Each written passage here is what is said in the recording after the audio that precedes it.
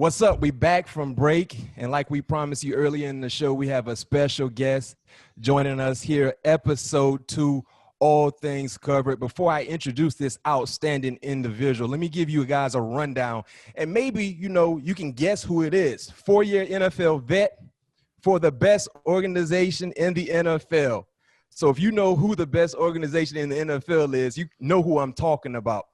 Pittsburgh Steelers, 2018 Pro Bowler, first team all Pac-12 in 2015, at JuJu on Instagram, at Team JuJu on Twitter. Guys, I already gave part of his name. JuJu Smith-Schuster is joining us here, episode 2, man. JuJu, appreciate you joining us here on All Things Covered. Nah, man, thanks, man. Appreciate, you having me here and being on this. No doubt. Sir. So let's get right to the nitty-gritty. I mean, the Steelers are 3-0. Big-time win this past Sunday, taking care of your business against the Houston Texans. Starting off 3-0, you got 3 touchdowns in 3 ball games, right? So talk about the flow of the offense, and how happy are you to have number 7 back at the quarterback position? Man, first things first, man, just to have 7 back has been a tremendous, for all of us, not just for the offense side, but, for the defense. For us to be able to go down, put points on the board off of a defensive turnover is huge. But as far as the offensive side, man, we have so many weapons. We have young receiver groups who are just, ready to just run. We picked up Eric Ebron, who's a guy who plays inside, outside, at a wide split. Vance McDonald, who's a strong man, and, different running backs, speed, power backs going down. Like you said, man, I think our offense is very, I think we got all the points. All we have to do is go out there, execute, and get the job done. JuJu, man, with me being a huge football fan, and especially in youth football, because obviously that's where all the stars are, pretty much born. And with you being coached by Snoop Dogg, at the time, did you recognize how unique your youth football experience was? Oh, no, for sure, man. It was so funny. I played, like Little League in Ogjaf, and I would say this is a league where, you have to come in, you have to weigh in at a certain weight, you have to, have the right gear. And, playing for Snoop, Snoop created a league, where guys who were just oversized, who couldn't make weight. It was basically like a free weight, team. So we had guys who were a lot bigger, obviously the same age and stuff, but playing with a guy for Snoop, man, you usually see someone who just loves football, great coach, all around guy, not just on the field but off the field. And we were stacked with dudes. So I was always in a competitive group, since I was a kid. So, and I think that just carried on into high school, carried on to college, and obviously now in the NFL. Speaking of high school, JuJu, after your youth football experience, you went on to participate and play ball at Long Beach Poly. And even if you're not a California resident, you've heard about Long Beach Poly when it comes to the football realm, right? And when you playing at Long Beach Poly, based on the tradition and the prestige that school has, are you expected to achieve greatness? Because I look at some of the list of names, NFL names. You got Jarrell Casey, Deshaun Jackson, Mercedes Lewis, the great Willie McGinnis, baseball, Tony Gwynn, Chase Utley, Cameron Diaz, the late, great Nate Dogg, Snoop Dogg, all went there, man. Talk about the expectations at Long Beach Poly when you walk through those hallways. Yeah, man, I think when you talk about California school, and that's everywhere I go around the league. Every coach that I've interacted with, I went to Long Beach Poly. I was like, oh, yeah, okay, you went to Long Beach Poly, and they name all those guys. And I think it was more so that, going in as a young guy is just a statement of that, everyone who comes to here, there's a standard. It's a standard to be great, to push yourself, to be the best of the best. And like I said, when I decided to go there and, play ball there, that kind of showed. Dope. And so now making the switch from high school to college, I'm just finding this out. You was initially committed to Oregon, and at the last minute end up switching over to USC. Why the switch? So at the time, USC, the coach that was there, Lane Kiffin, he wasn't my best recruiter. So I decided, man, I'm going to Oregon, the swag, the gear, the drip, like they winning games, the crowd. It was awesome. Not too far from home, right? So then I switched last minute because, Sarkisian, the whole Washington staff, came to USC. And I love what they're doing. I love how they're handling stuff. And I was like, man, I'm gonna go to USC, closer to home, closer to family, go to my own church, and just be a bigger impact for my community. Oh, okay. Well, that sounds like a good switch, and it ended up panning out for you. Yeah, man, paid out. It was so crazy, bro. I think I was a higher rank safety in high school than I was a receiver. A safety? You played safety? Oh, yeah. I was like, so number one, I was number two. Number one was Jamal Adams. He was number one, and I was number two coming out. And I was like, man, I got to USC, and I was like, man, I'm going to play both ways, like a Dory Jackson. But little story about that, they were stacked on defense. So like they had like Stuart Craven, so many guys back there who was already good. So I was like, I'm gonna just play wide receiver, see how it turns out. You know, playing behind Nelson Aguilar, playing behind Marcus Lee, Robert Woods. So I got the feel for it. I learned, pretty much got it done, and here I am 4 years later, wide receiver for the Pittsburgh Steelers. And obviously USC, the history speaks for itself, right? And you hear so many great things and great stories. What is most memorable, and what stood out to you the most to make you make that switch? If it was a recruiting process, your visit, a specific coach, so for me, man, honestly, it was more so a coach. It was like really, I think the interaction between I know how you feel like with Pop Warner kids, like you can speak to certain kids a certain way because they interact with you because they, you've been in their shoes before. So, T. Martin was my recruiting coach. He played quarterback behind Peyton Manning at the Tennessee and the Bulls. So like him knowing he played football, he's been to NFL, he knew all that, kind of put me in my shoes, and he was just a great person to me. Not just about football stuff, but just about life. And he always stood by my side. And to this day, we still talk. So. He was a big switch for me. But other than that, man, I think it paid out well. One thing I learned a lot from USC that paid so much well is that the playbook is very similar to NFL playbook. So it's not, it's concepts. You're not just learning, hey, man, just go out there, run a slant, run a post, run a go. Nah, we learning like big pro plays. You know what I'm saying? So it's really. That's awesome. Yo, I did not know you were a higher rated DB than wide receiver. Coming out of high school. Because you know who else played DB in high school, if I'm not mistaken? Keenan Allen. Yeah. Oh, really? Keenan Allen was a highly rated DB as well coming out. Keenan Allen's from North Carolina, if I'm not mistaken. Yeah, that's crazy. Yeah. I can see that with his size, man. Yeah, no doubt. And speaking of USC, you talked about the experience there. You were college teammates with Sam Darnold, and we know where he ended up going professionally with the Jets. When you look at Sam Darnold, his professional career, what do you think is holding him back from being able to reach his full potential based on the expectations they have for him in New York with the Jets? Man, that's a tough one. I played with Sam Darnold in college, and he was a great player. Led us to a Rose Bowl and end up winning it in the shootout against Saquon and them. So there's no doubt that he has the it factor in him. And that's just something that he just has to, in the NFL is a lot different now, schemes and all that other stuff. So I think it just takes time. I think his time's coming soon. So right now, I think it's tough because of, the situation that he's in. But at the end of the day, like they're drafting the right guys that they need, to make those plays. So that's my guy, man. If I have Sam Darnold, if we can give him to Pittsburgh, man, I would, man. But I love Ben, so it is what it is. So is that like an invite for Sam Darnold to come to Allegheny County when Big Ben decides to hang his cleats up? Is that what you're trying to tell us a little bit here? Man, I'm just saying, man. I mean, he's a great kid, man. I play with him, so he's like one of my boys. So I wouldn't mind playing with him again. And man, speaking of Big Ben, how great it is to have Big Ben back healthy, standing strong in the pocket, delivering the ball where it needs to be. How excited are you receivers and this offense heading into looking forward into the season? Super exciting, man. I mean, you can just tell the difference between last year and this year of, how our season went. I think, there was a couple places we were last in like the red zone and stuff like that. And, we struggled very, very much. So, having Ben back, he's a person who's just more hungry. With him, man, he's done it all. He's won Super Bowls. He's been MVPs. He's been to the Pro Bowl. Like, he's done all those things. And for him to come back and to believe that we have the defense to do it, to believe in our offense and who we have to go out there and make plays. I think it's tremendous, man. He's a great captain, great leader. And like I said, he makes our job a lot easier for everybody. Right. And, if we keep winning, we win out, man, everyone gets paid. No doubt about it. No question. Hey, I'm glad you said that, my guy. Keep winning, win out.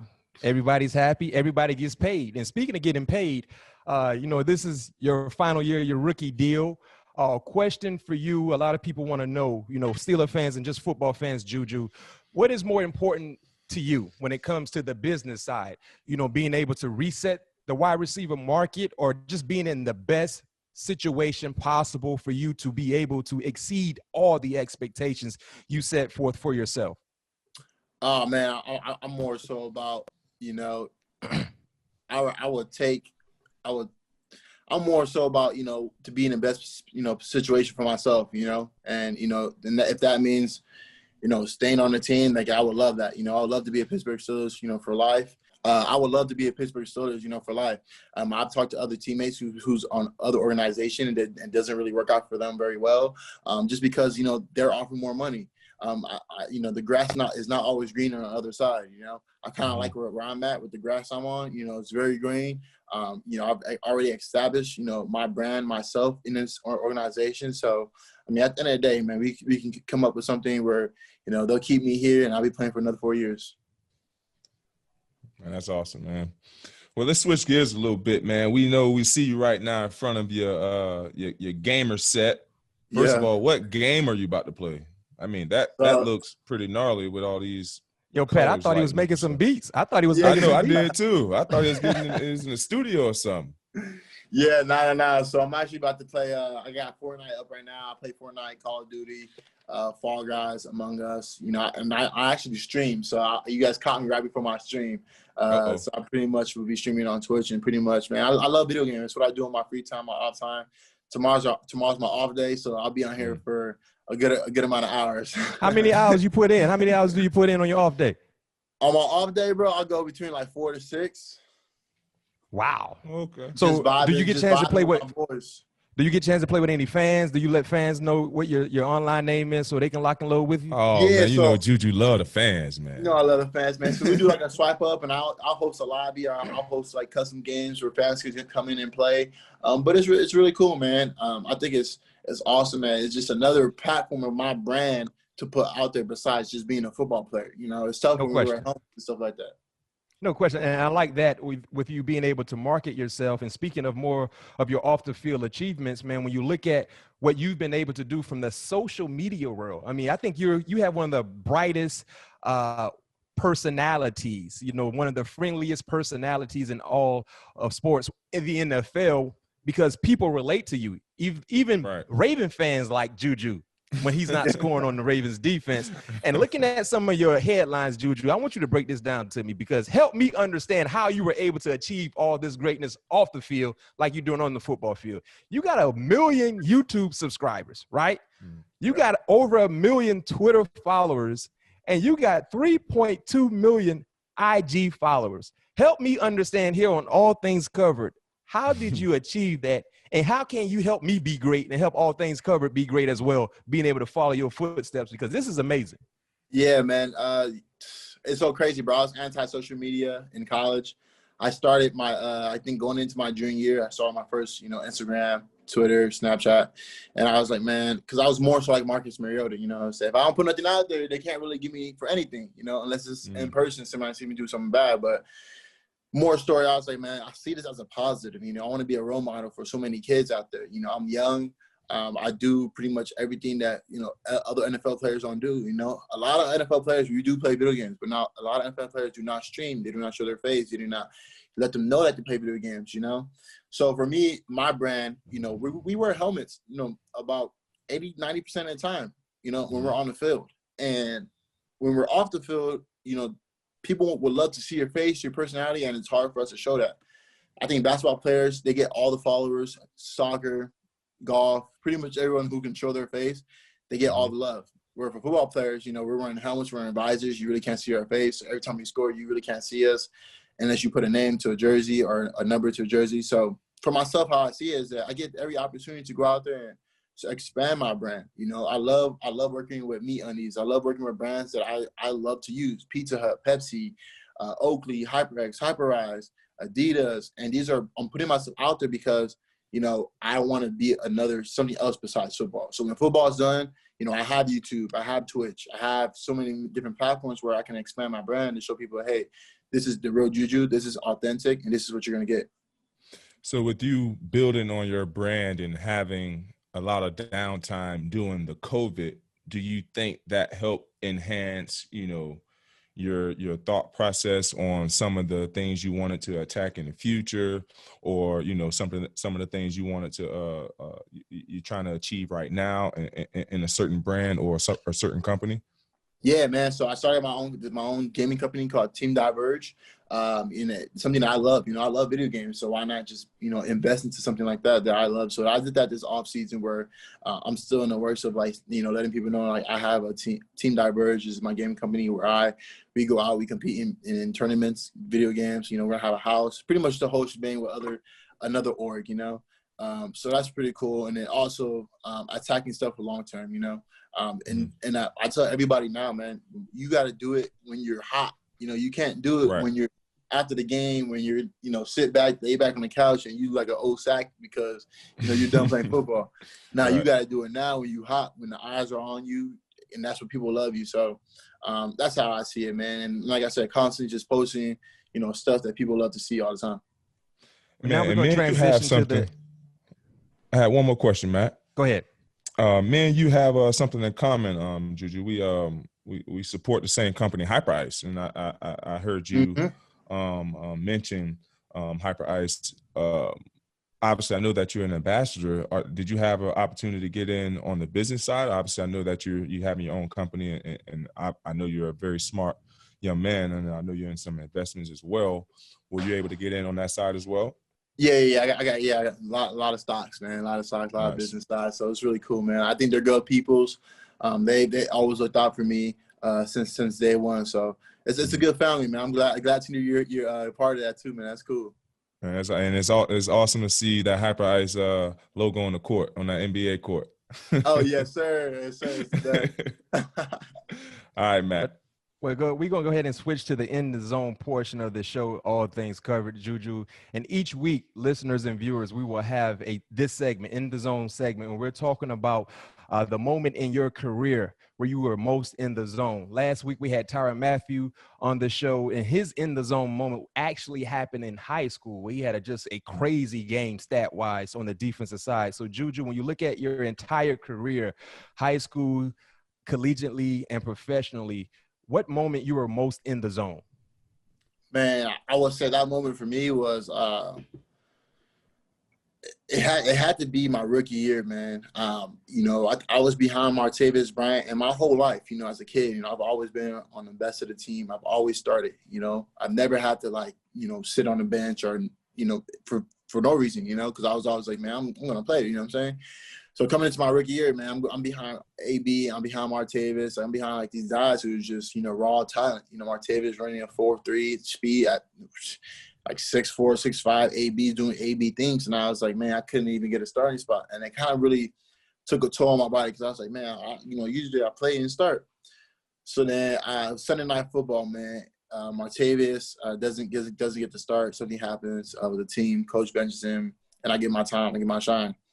And I don't. You guys can probably look at the stats, but I know I went for like 196 or 192 yards, had one touchdown, and I would say like that was like in the moment, like in the zone, because as a young rookie, you never know when your time's gonna be called. And I just had found out like probably that Friday, Thursday, like, and I was just like, you know, as a rookie, I'm coming here, I'm about to do scout team, I'm do my thing, I'm gonna get up out of here. And now, you know, I found out like later that Thursday night, and I went out to practice Friday, and I'm playing like big band, and you know, the first play, boom, goes to me, and then 3 plays later goes to me again. Next thing you know, I'm running for 97 yards down the middle of the field, and you know, scoring, and it's just like it just goes a long way. Where I was like, man, if I can go back and replay that in my head, I really can, because I was in the zone. Like I remember like play for play. I remember Ben telling me before, yo, if you get 22 man, take the middle of the field, and literally all that. So that was my time, my moment. 7 catches, 193, 1 touchdown. Fantasy owners were jumping for joy. Whoever crazy. had you in their lineup that particular week. What was that chain about? Because I remember watching that game. I remember you coming to the sideline, putting a chain across your neck or something. Yeah, like that. so that was it's crazy. So I also went viral for my bike being stolen because I didn't have my license. So I locked up I went and grabbed the chain, locked up the bike, the treadmill bike on the sidelines for a symbol locking up my bike. Nobody's taking this. And it was funny, man. Like those are little things that, I always that I do. I kind of relate it back to something that's happening or what happened or something that's always positive in the moment. Yeah, because you just recently got your license, right? Not too long ago, right? Yeah, about a year ago. Wow. What kind of car you got? I got a slingshot Tesla and a BMW. Okay. All right. I mean, he's still only 23, Matt. Don't feel bad. My sister's just got her license too, and she's 23. So. Yeah, man. Yeah. I keep forgetting JuJu though. It seems like, real talk, man. It seems like JuJu been in the league for about 7-8 years, bro. Right. Yeah, no doubt. I mean, he been putting up heavy film for a long time. As Mike Tomlin say, I know he used to say all the time in the meeting room, put hot tape out there. Is he still saying that, JuJu? Hot tape? All the time. Put hot tape out there. He love that hot tape and splash plays. Yep. I need some splash plays, man. No question, man. That's what's up. That's super dope, man. That's super dope. So now we're gonna transition out of the red zone and we're gonna get to the superlatives part of the show, right? And this is a part where we hit you with random questions, but the answer cannot be yourself, JuJu. So we know you handle pressure extremely well. We want to see how you handle the pressure here when it comes to these random questions. So first question for you, best touchdown celebration of all time that you either witnessed in person or you saw on television, but the best touchdown celebration you ever witnessed. I've ever witnessed in person? It could be personal or TV. So not myself, but for other people. Yeah, you can't, right. JuJu cannot be the answer. Nah, bro. I would say the hand sanitizer by the Saint that was Raiders. Dope. That was so that dope. Was dope. I was like, that was so cool, man. When I saw that, I was like, nah, I respect that. I got you. That was the best dancer on the Steelers roster. Oh my gosh. You can't say yourself. Ain't nobody else dancing. Somebody else dancing. It could be a big lineman. Somebody trying to dance. They might not have good rhythm. I'm gonna say Eric Ebron. Yeah, you got a little swag.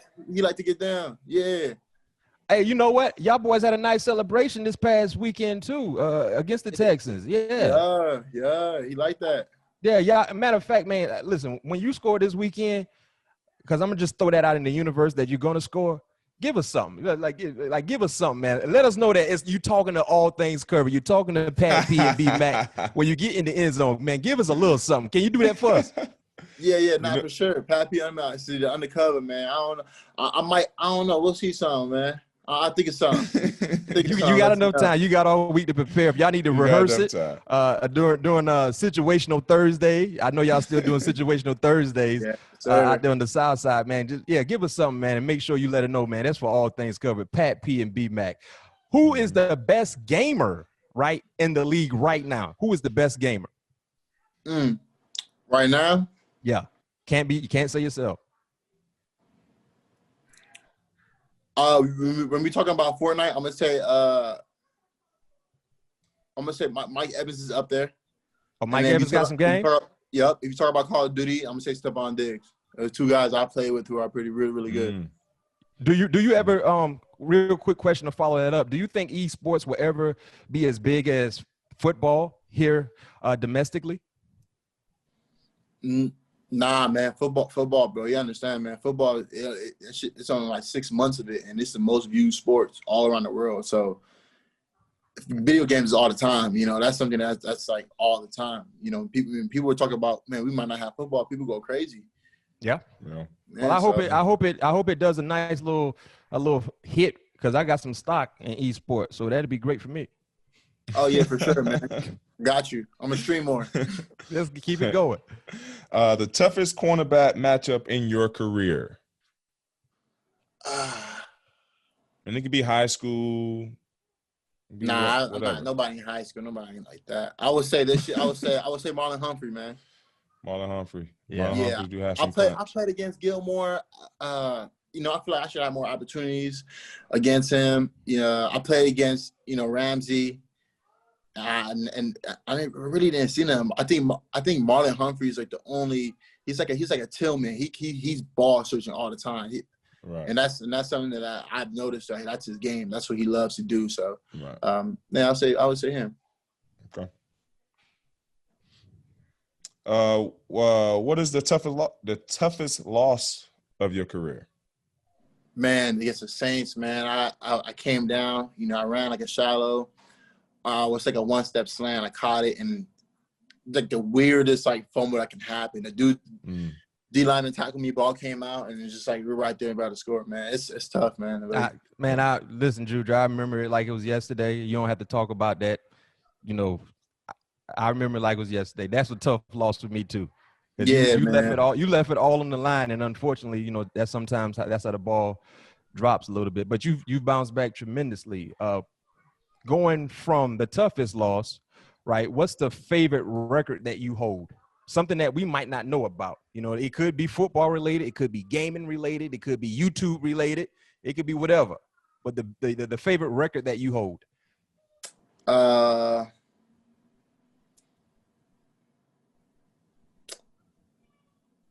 think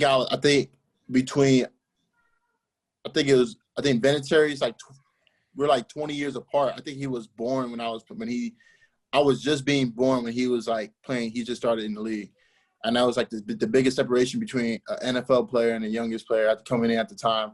And I was like 20 years old, and I was the youngest to score. I think that's what it is.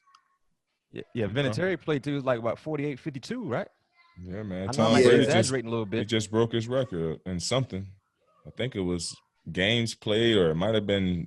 Yeah, something like that. Touchdown, but I also had a 297-yard touchdowns back to back in my career, my rookie year and my sophomore year, or my second year. That's pretty interesting, but nothing too crazy. All right, last one before we let you go, JuJu. Best Snoop Dogg song. Oh, I'm ready for this one. I'm ready for this one, man. Snoop coach you up, JuJu. So let's hear what you got. I know you heard all the hits. Nah, man, I'm old school, man. Drop it like it's hot, man. That's what you going with? Yeah, man. Like, bro, like my boy Snoop, man. Like he just like a real dude, man. Like even in practice, like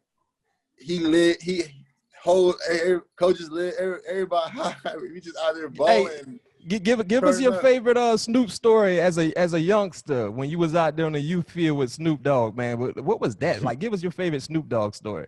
So we was out in Florida, right? And no, we was in Texas. We were playing against Deion Sanders' team, right? Yep. And like he was like, man, dude, I'm gonna call you ESPN because you always on ESPN. And I was like, okay, like, and I rock with that all the time. And it's just like I'm ESPN, and this how Snoop is, man. Like, just, like off the record, he just be high when he be coaching us, like. That's no surprise. No question. Kids, man. We little kids, man. We just like we do high, and you understand, like we little kids, we just like, all right, coach, like really can take it serious. Like it's Snoop Dogg, like we really look at him like as a coach too, but was really always like having fun. Coaches, everybody high too, but we the whole staff. What? The whole staff is lit. But we winning games. We blowing people out the waters. Wow. Hey, yo, I remember Snoop brought, well, JuJu, I think you were in the league at the time. Snoop brought a team down to Florida. And it didn't look good. He came down to the Sunshine State, man, and that thing, boy, they got curb stomped real decent. Yeah, they was like that. I'm not gonna lie, they was like that. I give them that. They had some dudes on their team, like, but we were so on our team, bro. We went down to Florida. We had like all skill players, bro. Like we had skill players playing O-line, D-line. It was just like, but we, it is what it is. Did you play with any other youth kids that made it to the National Football League like yourself? Bro, out of that team, bro, nah, man. A lot of those dudes, man, just went, they went the wrong route, drugs, jail, prison, gang stuff. And, I was fortunate, my parents, they just kept me out of that. So. No doubt, no doubt. Well, man, listen, man, JuJu, we don't want to hold you up, man, but it was a pleasure speaking with you. Man, you're outstanding individual. Like I said, we know what type of player you are on the football field, but you're doing a lot more that a lot of people didn't know about, and we appreciate you sharing that here on All Things Covered on our second episode, man. And before we let you go, like we said, Pat, we're looking for JuJu to give us something when he scored his touchdown on that post route, maybe 60-yard post route. When he get in that end zone, we got to see something from you, JuJu. So you get the guys together, Deontay, Eric, Chase, man, get these guys together, man, and give us a nice little celebration when you get in the end zone. Yeah, man, just stay tuned, man. And I appreciate y'all too, man. But, you know, something I was thinking of when I score, I'm going to put the ball down, and I'm going to get my towel, and I'm going to say all things covered, and then walk off. Hey, mic drop. I like it. I'm going to say mic drop. I'm going to say it when they hear it. They're going to hear me say it. So hopefully we work with that. Bet. And appreciate you, man. And what we're going to do when you do that, that's going to be always our intro to our show, man. All things covered. For sure, man. Appreciate that, man. Thank you so much. Be safe. Yes, sir. Yes, sir.